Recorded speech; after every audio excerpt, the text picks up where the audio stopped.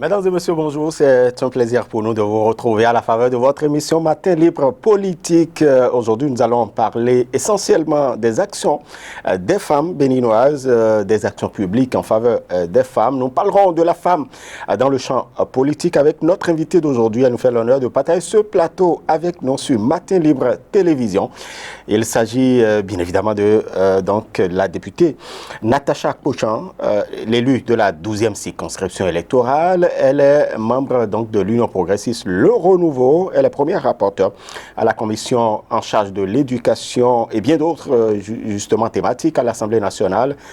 Honorable Natacha Pochan, bonjour. Bonjour, monsieur Rouy. Merci pour la disponibilité. C'est moi qui vous remercie. Voilà. La première question, comment se porte aujourd'hui la femme béninoise, notamment en politique? Merci beaucoup. Aujourd'hui, oui, je peux dire, sans fausse modestie, que la femme béninoise se porte mieux, est mieux représentée, est mieux protégée, et que depuis 2016, oui, il y a eu des progrès indéniables. Tout le monde reconnaît au Bénin aujourd'hui que par la volonté politique, une volonté affichée, personnelle du chef de l'État, la femme béninoise est mieux positionnée, est même au cœur des priorités dans notre pays. Et politiquement, vous en souvenez, nous avons fait des bons. Nous avons fait des bons appréciables. C'est vrai qu'il y a eu des mesures pour corriger des inégalités structurelles, mais des défis restent à relever. Donc je peux dire que des efforts sont faits. En fait, les efforts dont vous parlez, il s'agit de quels efforts concrètement? Vous savez que pendant longtemps, la femme a été en marge de la politique béninoise. Quand je dis en marge, c'est pas qu'elle n'est pas mobilisée, mais dans les instances de prise de décision politique, la femme n'est pas souvent représentée. Vous vous rappelez que depuis 1990, depuis la conférence historique des forces vives de la nation, nous n'avons jamais eu à l'Assemblée plus de 10% de représentation féminine. Il a fallu 2016, l'avènement du régime de la rupture avec le président Talon, que en 2019, il y a eu une réforme politique historique, c'est-à-dire la révision de la constitution de notre pays, oui, qui a permis aujourd'hui de prendre des mesures spécifiques qui, pour corriger une certaine inégalité, pour permettre une meilleure représentation des femmes à l'Assemblée nationale. Mais la question ne s'arrête pas à l'Assemblée nationale, parce que vous savez que nous avons des conseils communaux. Aujourd'hui, sur 1815 conseillers communaux dans notre pays, nous n'avons que 72 femmes. Donc, un taux faible. Un taux vraiment faible, moins de 4%. Et pour le Bénin, auquel nous aspirons, le Bénin d'aujourd'hui, le Bénin auquel nous appelons tous de nos voeux, ce n'est pas digne. Donc, nous faisons le plaidoyer que cette mesure-là, que ce que d'aucuns ont appelé discrimination positive, ce que je ne partage pas vraiment, mais parce que la discrimination reste une discrimination, que ces mesures spécifiques qui ont permis de corriger ces inégalités structurelles puissent s'étendre au niveau des conseils communaux. Mais c'est vrai, nous sommes à une période où aujourd'hui, nous avons le regard plutôt tourné vers les partis politiques pour qu'ils positionnent davantage les femmes, parce que nous avons les élections générales de 2026 qui se profilent. Donc, nous pensons que la femme va mieux, la femme béninoise est digne, est protégée, mais qu'il y a encore du boulot à faire. Très bien. Voilà.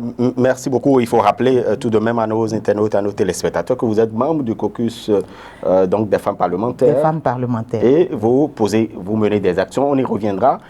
Mais qu'est-ce que la femme politique, quel est justement son investissement dans le champ politique quand on se retrouve dans un pays où il y a une série de pesanteurs sociologiques qui pourraient être des obstacles? C'est vrai. il y a ce que nous appelons souvent des pesanteurs sociologiques, mais les réalités évoluent. Aujourd'hui, l'autonomisation économique de la femme, l'instruction de la fille nous permettent de lever plus ou moins ces pesanteurs socio-économiques. Aujourd'hui, il y a encore malheureusement des hommes qui pensent que le champ politique est réservé au domaine de la femme. Mais je pense que depuis les dernières années, il y a quand même des efforts qui sont faits. Aujourd'hui, quand vous regardez les organisations, ce n'est plus possible pour une association ou quelque organisation de mettre en place un bureau sans femmes. C'est déjà des efforts qui sont faits. Politiquement, nul ne doute de la capacité de la femme, parce que vous savez que c'est nous qui mobilisons à la base. C'est la femme qui travaille. Ce que nous appelons aujourd'hui, c'est qu'elle soit non seulement mobilisatrice, mais qu'elle soit actrice, qu'elle soit sur les listes, qu'elle participe au débat, qu'elle soit dans les instances de prise de décision. C'est ce à quoi nous appelons de nos voeux, et le plaidoyer est fait à tous les niveaux. Dernièrement, la semaine dernière, le caucus des femmes parlementaires que vous évoquez a rencontré tous les partis politiques pour porter ce plaidoyer-là. Bon, nous avons été entendus, écoutés, encouragés, et vous espérez? Nous espérons que dans quelques mois, nous aurons un peu plus de femmes dans nos conseils communaux et à l'Assemblée nationale. Très bien. Et que faire concrètement votre parti politique, l'Union progressiste, le Renouveau, pour pouvoir outiller ces femmes-là? Parce que, n'oubliez pas, il y a certains qui estiment que c'est trop facile de pouvoir donner des places obligatoirement donc aux femmes, notamment pour l'Assemblée nationale. Que fait concrètement l'Union progressiste, le Renouveau? Merci. L'Union progressiste, le Renouveau, déjà depuis nos statuts, a mis la femme au cœur de sa politique, au cœur de sa stratégie. Dans toutes les instances de notre parti, il est fait obligation d'avoir au moins 30% de femmes. Donc déjà, au niveau de nos cellules, nous avons la présence des femmes. L'Union progressiste travaille à former les femmes. C'est vrai, vous le dites aussi banalement, mais les femmes non plus ne veulent pas être positionnées juste parce qu'elles sont des femmes. Nous sommes en politique, nous allons à des élections, nous voulons gagner des élections. Nous n'allons pas aux élections juste parce qu'il faut mettre des femmes, il faut mettre des femmes capables. L'Union progressiste en est consciente. Notre parti a conscience de cela. C'est pour ça que depuis des années, nous formons nos femmes. Nous formons les femmes, les jeunes et les hommes. Donc aujourd'hui, nous ne pouvons pas plus dire qu'il n'y a pas de compétences. Il y a des compétences. Et il y a au niveau de l'Union progressiste un système de mentorat pour accompagner les jeunes. Moi, je vous dis, il y a certaines jeunes filles que j'accompagne depuis que je suis élue. Bon, je le faisais un peu avant, mais depuis que je suis élue, j'ai un certain nombre de filles et de femmes que j'accompagne, que je rencontre périodiquement, à qui j'explique ce que c'est que la vie politique et qui ne doit pas être une vie d'espoir ou de revendication juste banale parce que nous sommes femmes. Non. Et je pense que c'est parce que nous sommes femmes qu'il faut travailler davantage. Et j'en connais qui travaillent. Très bien. Et quelle est cette collaboration entre les hommes et vous au sein de votre parti? Au niveau du parti, c'est très clair. Vous connaissez l'Union progressiste, le Renouveau, c'est le plus grand parti du Bénin. Il y a une étroite collaboration. À tous les niveaux, Le président... C'est parce que vous êtes sur une chaîne de télévision que non, vous le dites? Le président Joseph Fifa Medjobrenou, vous le connaissez, il est pro-femme. Le président de l'Assemblée nationale, c'est quelqu'un qui soutient énormément les femmes, qui accompagne les femmes. Donc les discussions se font. Nous ne manquons pas de rappeler cette perspective du genre qui doit être intégrée à toutes les politiques. Nous les suivons et je pense que ça ne tombe pas dans des oreilles dessous. Et vous le constatez, à l'Assemblée nationale, l'Union progressiste a le plus grand nombre de femmes. Très bien. En tout cas, vous évoquez bien, vous nous faites cette transition pour parler un peu de vos actions, surtout les femmes progressistes à l'Assemblée nationale. Que faites-vous concrètement à l'Assemblée nationale? Parce qu'il y a l'élaboration des lois, il y a des débats parlementaires. Souvent, certains se désolent du fait que, bon, on ne voit pas beaucoup de femmes s'exprimer. Qu'est-ce que vous faites? Oui, c'est vrai que ça n'échappe jamais. Quand je suis sur un plateau, on me pose la question de savoir ce que font les femmes. Les femmes, nous sommes 29. Je parle des femmes en général. Sur 109. Donc, il y a 80 hommes et il y a 29 femmes. Bon, en ce qui concerne les femmes, et particulièrement celles de l'Union progressiste, elles font des contributions très significatives. Ça, là, c'est indéniable. Vous le constaterez, il y a des femmes de l'Union progressiste qui se battent à l'Assemblée nationale, qui travaillent dans les commissions. C'est vrai, elles sont même dans des positions de responsabilité dans les commissions, qui travaillent dans les commissions et qui prennent la parole en plénière aussi. Mais il n'y a pas que ça, il y a des propositions qui se font. Et nous l'avons rappelé, je le disais tout à l'heure, au niveau du caucus des femmes parlementaires, les femmes de l'Union progressiste ne sont pas des figurantes.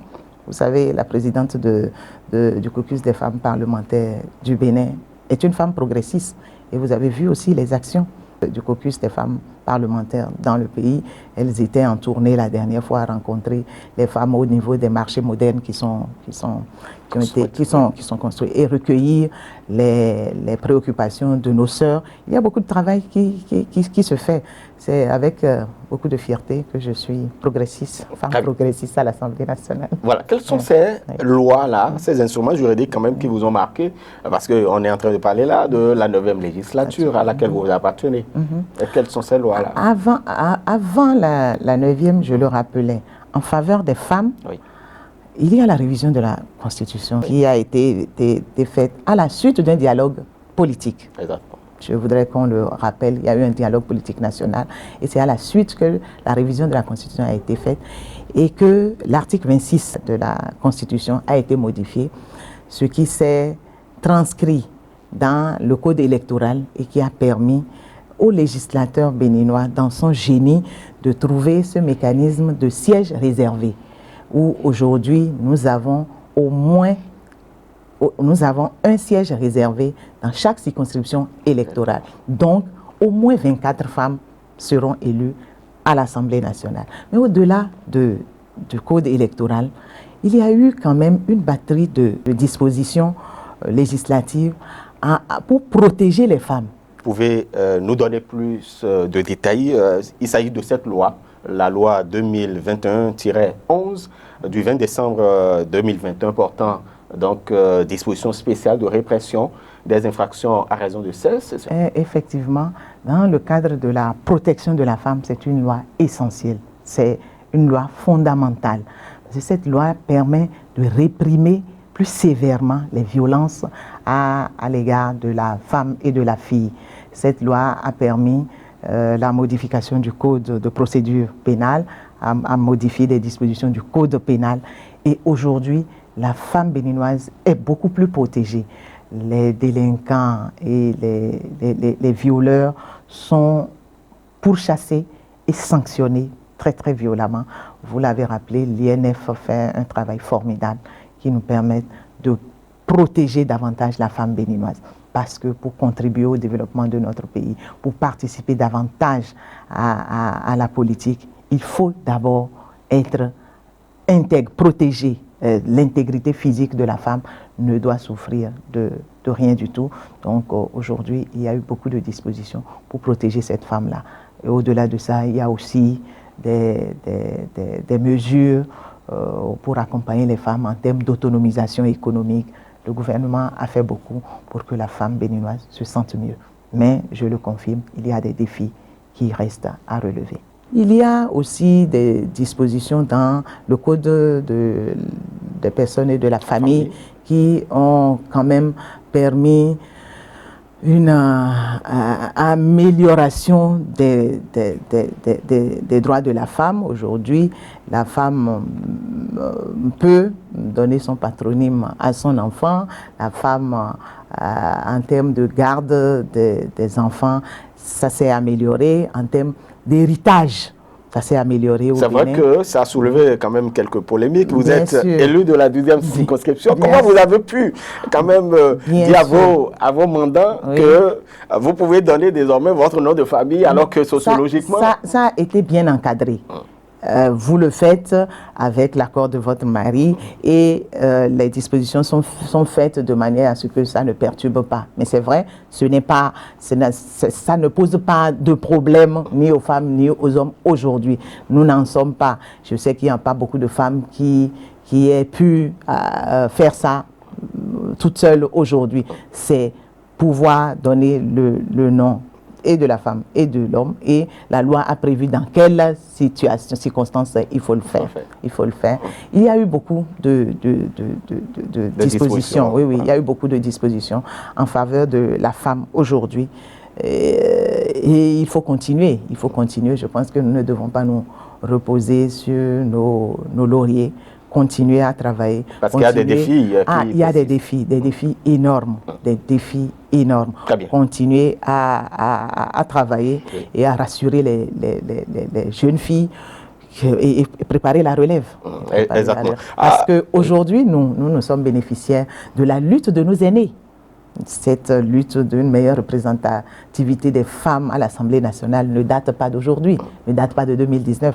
Je me rappelle de l'honorable Rosine Vieira Soglo, paix à son âme, des luttes qu'elle a menées. Il y a eu d'autres leaders politiques femmes qui se sont battus pendant des décennies et c'est nous qui sommes bénéficiaires aujourd'hui. Donc nous devons aussi faire notre part du job, comme le dit voilà. certains. Vous avez été tout de même également très active dans les travaux conduisant donc à l'adoption de la loi portant vision nationale pour le développement 2060. Oui.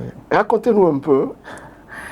C'est vrai, cette loi-là a mobilisé tout le Parlement, toutes tendances confondues, parce que la loi portant vision 2060 est une loi fondamentale pour nous parce que c'est l'orientation que nous donnons à notre pays. Et j'aime le rappeler, il y a un auteur qui dit il n'y a pas, c'est pas qu'il n'y a pas de vent favorable à celui qui ne sait où il va. Mais au-delà de ça, il y a un autre auteur qui dit que le monde se met de côté pour laisser passer celui qui sait où il va. Un pays qui a une direction se donne les moyens. Le pays est plus crédible. Aujourd'hui, nous ne pouvons plus naviguer à vue. Et quels que soient les régimes, avec cette loi-là, les régimes qui vont venir vont pouvoir s'inscrire dans cette loi. Ça a été très important. Nous avons beaucoup travaillé et je suis vraiment fier de cette loi que nous avons votée. C'est une orientation clair, net, c'est très ambitieux et ça reflète le Bénin que nous souhaitons. Très bien. Et si vous devez décrire en quelques mots peut-être la 9e législature, que diriez-vous? La 9e législature, je dirais que ça a été une législature de travailleurs. Bon, je ne dis pas que les autres, non. On a beaucoup travaillé dans une ambiance parfois électrique, mais avec nos amis de l'opposition. Mais sur l'essentiel, nous comprenons. Nous comprenons. Ça a été une belle expérience parce que vous vous rappelez que la 8e législature a été renouvelée à un très fort pourcentage. Donc il y a beaucoup de députés qui sont à leur première expérience. Donc, comme moi d'ailleurs, c'est ma toute première expérience. Il y a beaucoup de jeunes députés et qui ont beaucoup appris. Vous savez que c'est une mandature de transition, c'est 2 ans et demi, 3 ans. Donc il fallait vite comprendre ce que c'est et contribuer à faire le travail pour lequel le peuple nous a élus. Très bien. Et vous vous retrouvez au niveau du caucus des femmes parlementaires, donc toutes les femmes parlementaires de tous bords s'y retrouvent. Est-ce que c'est un message que vous lancez aux hommes? Oui, parce que la question de la femme n'a pas de couleur politique. Les défis de la femme progressiste sont les défis de la femme républicaine. la femme, à la base, a les mêmes problèmes. Donc, on se dit, sur certaines questions, c'est normal que nous mettions nos colorations politiques de côté pour faire avancer. Nous parlions tout à l'heure de la représentation de la femme dans les instances de décision, la représentation de la femme dans les conseils communaux. C'est les mêmes défis que nous rencontrons. Donc, nous sommes arrivés à nous dire, bon, il est important qu'il y ait un creuset qui nous permette d'échanger par rapport à certaines questions qui nous semblent essentielles. Et nous avons fait notre petit bonhomme de chemin depuis la création de ce caucus-là.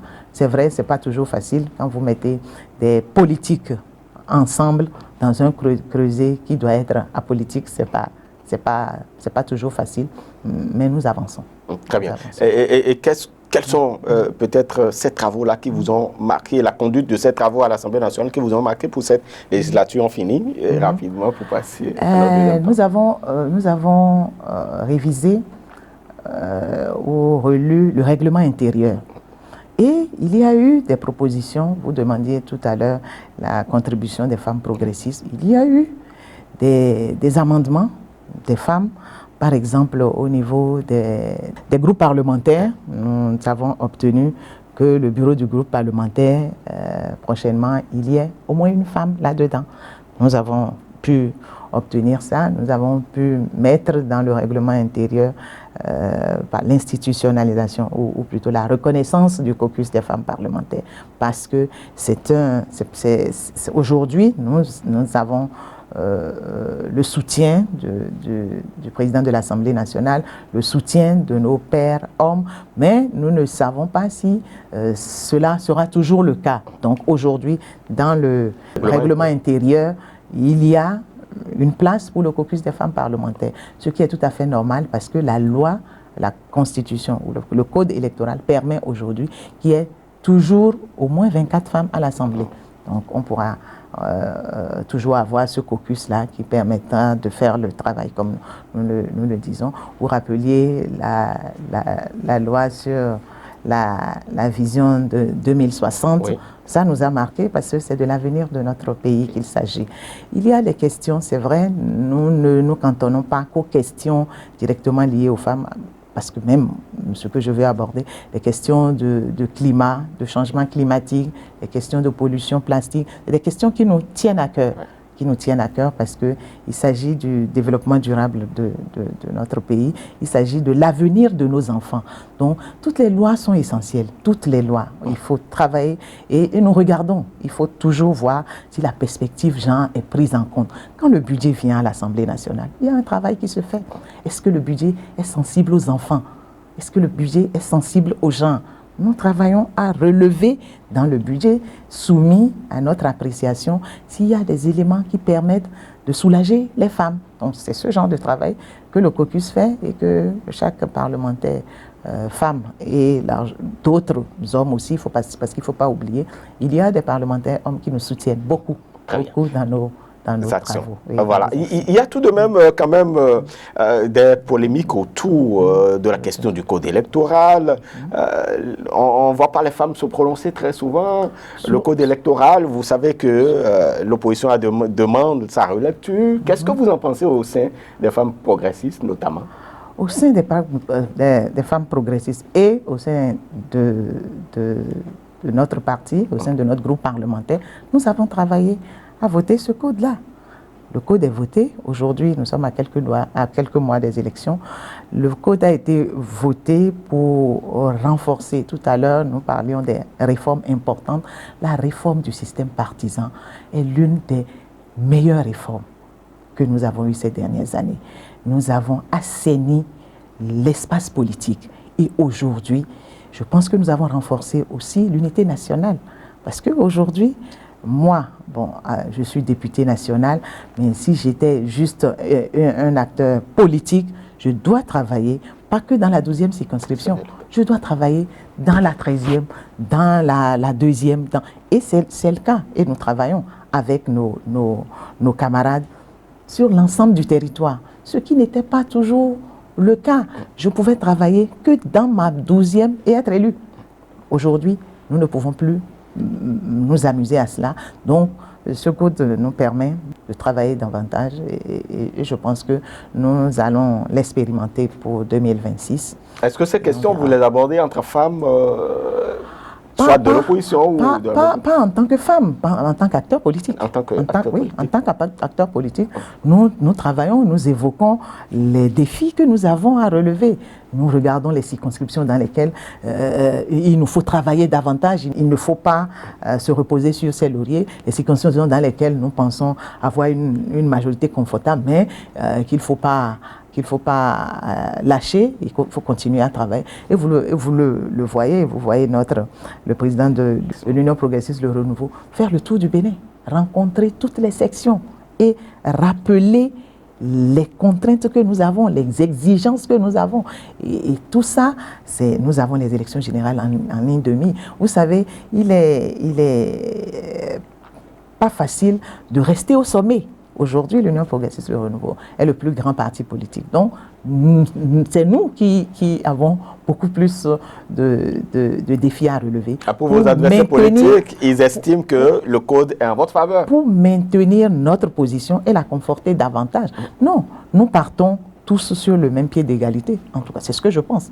Tout le monde est sur le même pied d'égalité. Si nous ne travaillons pas à avoir 20% dans toutes les circonscriptions électorales législatives, on se retrouvera dans une situation compliquée. Donc, c'est pour ça que tous les partis politiques, et vous les voyez quand même sur le terrain, en tout cas, l'Union progressiste, le Renouveau, est sur le terrain, nuit et jour, parce que nous sommes conscients des défis qui nous attendent. Voilà. Il y a quelques jours, la Sénat vous a rencontré pour des questions d'incompréhension ou d'appréhension sur le parrainage. Qu'est-ce qu'on retient fondamentalement de vos discussions? Non, je voudrais revenir et clarifier. La Sénat ne nous a pas rencontrés pour des questions d'incompréhension. C'est nous qui avons voté la loi. Ouais. Mais les modalités de mise en œuvre, c'est de la Sénat que ça relève.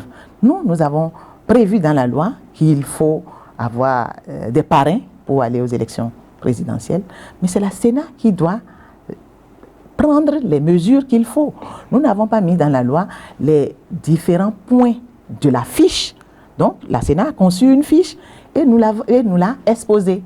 Et nous avons échangé les conditions d'enregistrement, des conditions de vérification. Ils sont venus nous dire comment concrètement cela va se faire pour le parrainage, comment nous récupérons nos formulaires de parrainage, comment le candidat parrainé va pouvoir le ramener à la Sénat. C'est ces choses-là. Je suis peiné quand des jeunes bavardent sur les réseaux sociaux à dire que nous avons voté des lois que la Sénat vient nous expliquer. C'est vraiment déplorable. Mais ce n'est pas du tout. En tout cas, vous venez de le clarifier. Oui, c'était les modalités. Sur les modalités. Oui, d'opérationnalisation. C'était exactement ça. Et la loi l'a prévu. Parce que c'est la Sénat qui le fait. Ce n'est pas le législateur. C'est la Sénat qui est l'organe chargé des élections. Donc, il est normal que... Et la Sénat n'a pas rencontré que les députés. La Sénat a rencontré les autres parrains que sont les maires aussi. Exactement. Donc, il y a quand même... Il y avait une zone d'ombre sur l'autoparrainage. Cette question a été réglée. Cette question a été abordée et les représentants de la Sénat ont clarifié aussi. Oui. Très bien. Merci beaucoup à vous. On passe à notre deuxième partie, la deuxième partie de nos discussions. Ce sont les élections générales. C'est vrai que nous en parlions. Mais quels sont les enjeux pour vous, pour les élections à venir? Les enjeux, globalement, vous savez, ces élections générales de 2026 sont essentielles pour notre pays, sont essentielles pour notre démocratie et pour la stabilité politique de notre pays. Les enjeux pour moi, parce que c'est la première fois que nous organiserons au cours d'une seule année toutes les élections. D'abord les communales et les législatives de façon cumulée et les présidentielles après. Donc le défi, l'enjeu majeur pour moi, il est organisationnel.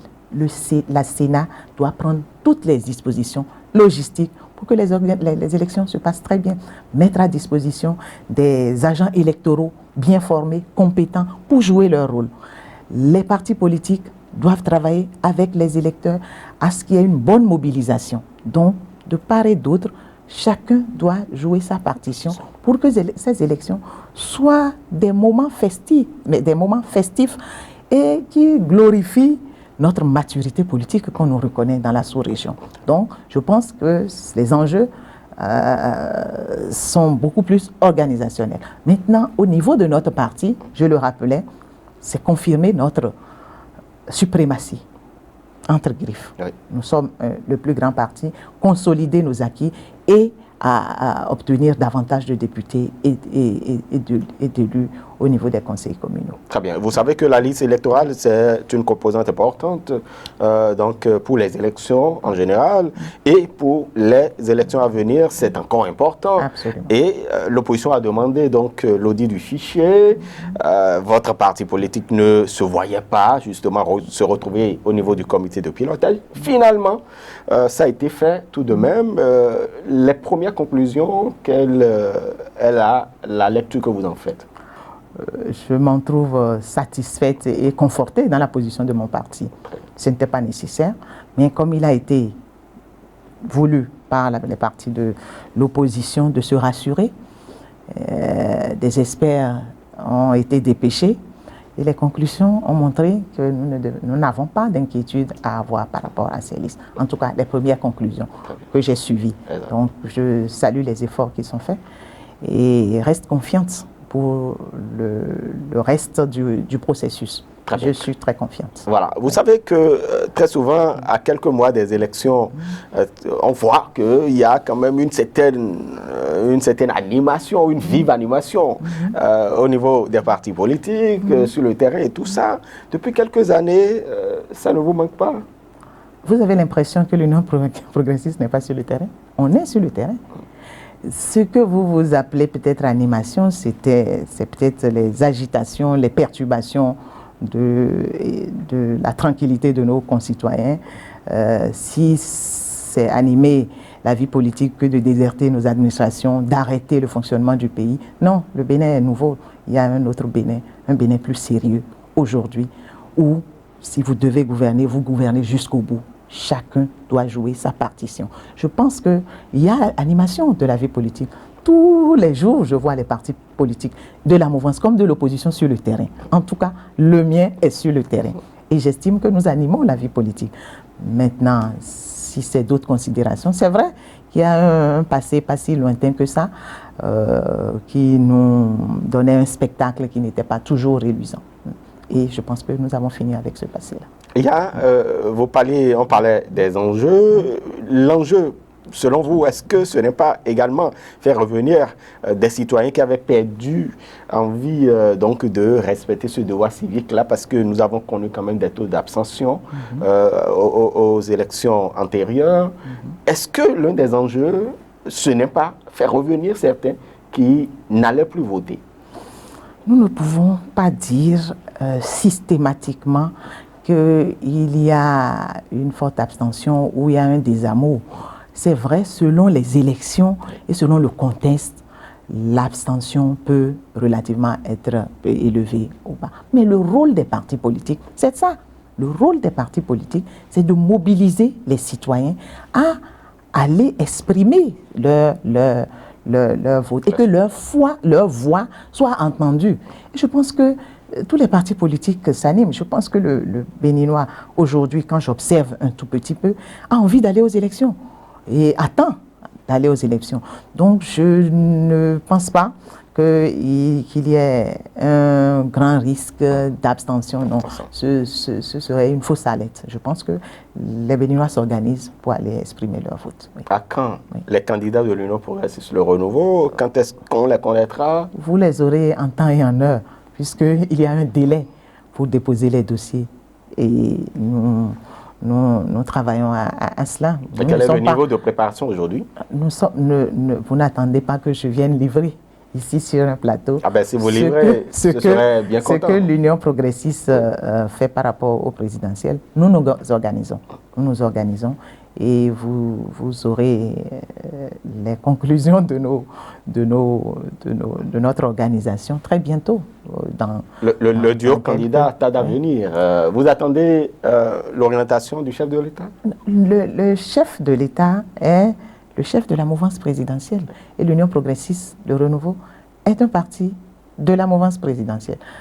Nous travaillons à ce que la dynamique soit maintenue parce que l'objectif principal, c'est que nous maintenions la dynamique qui a été lancée depuis 2016 dans le pays, qu'il n'y ait pas un retour en arrière et qu'il n'y ait même pas un stop, que nous continuions à travailler, à révéler le Bénin, à rendre davantage fiers les Béninois. C'est ce à quoi nous Il y a aspirons. tout de même l'un des vôtres qui se retrouve être donc vice-présidente. Est-ce que vous nourrissez toujours cette espérance-là dans le duo présidentiel à venir?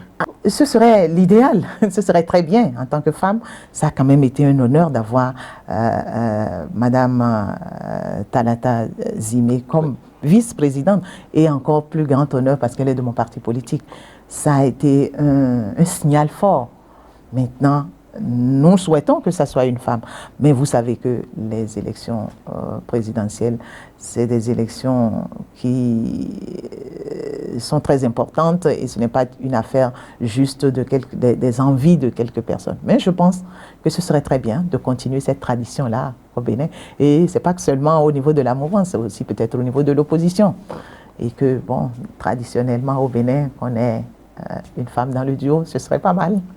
Quel est le profil du candidat qui mériterait de succéder à Patrice Talon, selon vous? Vous avez vu ce que le président Talon a fait. Il a porté le Bénin. Et il l'a porté vraiment à un certain niveau. Un niveau auquel, je vais être honnête, nous ne savions pas qu'il le ferait. Moi, je fais partie de ceux qui ont soutenu, bataillé en 2016. Nous savions qu'il allait faire le job. Mais je fais la confession, je ne savais pas que ce pays pouvait être porté à ce niveau. Il a fait un travail formidable, un travail soutenu, méthodique pendant certains mois. Il a mis du temps pour concevoir, il avait une vision. C'est la première fois que nous avons un homme visionnaire dans notre pays. Bon, on ne pourra pas dire la première fois. On a eu des présidents qui se sont succédés. On a eu des présidents qui se sont succédés, mais reconnaissez qu'il y a eu quand même du travail, il a eu de la vision. Il a porté le Bénin, il a porté le Bénin. Le Bénin d'aujourd'hui, nous sommes fiers d'appartenir à ce pays, nous sommes fiers d'être béninois. Et quand, je ne vous cache pas, quand nous allons dans les forums ou réunions à l'international, c'est avec beaucoup de fierté, sur tous les secteurs. Quand vous prenez et quand vous les voyez exposer, c'est l'expérience du Bénin que les gens réclament. Et il y a beaucoup qui viennent au Bénin copier ce que nous faisons. Donc, essayons, même si nous savons qu'il y a des défis, reconnaissons l'effort qui est fait. L'autoflagellation, qui est le sport national, bon, c'est pas tout le temps que c'est bien. Rassurons-nous, disons-nous qu'un travail est fait. Soyons fiers. Vous êtes en politique, soyons donc il n'y a pas de cadeau. Ce qui est fait. Soyons fiers de ce qui est fait et demandons plus. Donc, celui qui doit venir doit se lancer. Je dis, il n'y aura pas d'arrêt. On ne lui donnera pas le temps de tergiverser. Donc, il doit être dans la lancée et propulser parce que nous sommes déjà lancés. Donc, il faut maintenir la tendance à avancer. Il y a des défis qui restent et il faut attaquer. Tout est urgent. Et comme on le dit, tout ne peut pas être fait en un mandat ni en 2 mandats. Donc, celui qui doit venir doit poursuivre le travail qui est fait. Et les Béninois, je vous rassure, les Béninois d'aujourd'hui sont très exigeants. Quand ils ont vu ce que le président Talon a fait, je ne suis pas sûre qu'ils veuillent quelque chose de moins que cela. Donc, je plains le prochain président parce que nous serons très exigeants avec lui. Voilà. Et le prochain président se trouverait dans quel parti politique? Bon, je ne peux le dire parce que je n'ai pas une boule de cristal, mais en tant qu'acteur politique, je souhaite qu'il soit de mon parti. Je souhaite qu'il soit de mon parti. D'accord. Est-ce qu'il est dans votre parti? Je ne pourrais pas le dire maintenant. Je ne peux pas le dire. Je souhaiterais qu'après les élections, qu'on se retrouve ici pour faire le point. Je ne suis pas prophétesse à ce niveau-là. Certainement, il y a des personnes dans votre parti politique que vous jugez utile d'occuper ces rangs. Heureusement qu'il y a dans notre parti politique des cadres qui peuvent occuper ce rang. Et il y en a. Comme? Non, je ne vous donnerai pas de nom, mais nous en avons. Il y a des gens dans notre pays qui peuvent poursuivre l'œuvre entamée par le président. Très bien, voilà. Merci beaucoup à vous. Merci. Avant de vous laisser partir, votre mot de fin à l'endroit de nos internautes. Je voudrais vous remercier pour l'occasion que vous m'avez donnée d'échanger avec vous, de discuter. Je voudrais saluer les internautes et les rassurer. D'abord les femmes et leur dire, dans notre pays, aujourd'hui, avec toutes les réformes, tout est possible pour nous. Aujourd'hui, nous pouvons, en tant que femmes, aspirer au meilleur. Tout est possible. La réforme du système partisan, toutes les réformes mises en place nous permettent d'espérer et d'être à des positions de responsabilité.